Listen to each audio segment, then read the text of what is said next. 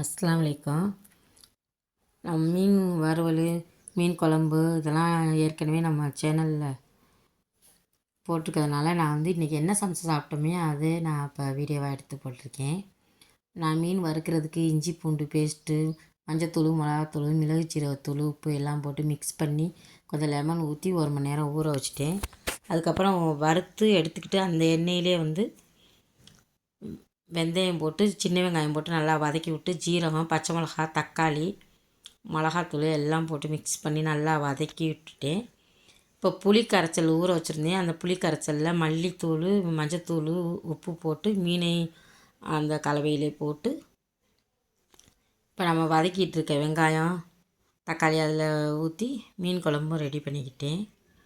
அல்ஹம்துலில்லாஹ். நான் இந்த மாதிரி தான் நான் எப்போதுமே மீன் குழம்பு வைப்பேன். ரொம்பவே நல்லாயிருக்கும். இன்றைக்கி மல்லி இலை கிடைக்காதனால கருவேப்பிலை இலை மட்டும் போட்டுக்கிட்டேன்.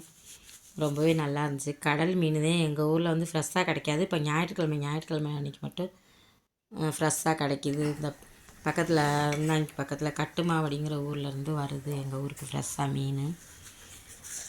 கடலில் பிடிச்சோடனே வந்துடும். அல்ஹம்துலில்லாஹ். உங்களுக்கு பிடிச்சிருந்தா லைக் பண்ணுங்கள், ஷேர் பண்ணுங்கள், ராஜப் சிங் சேனலை சப்ஸ்கிரைப் பண்ணிக்கிறேன்.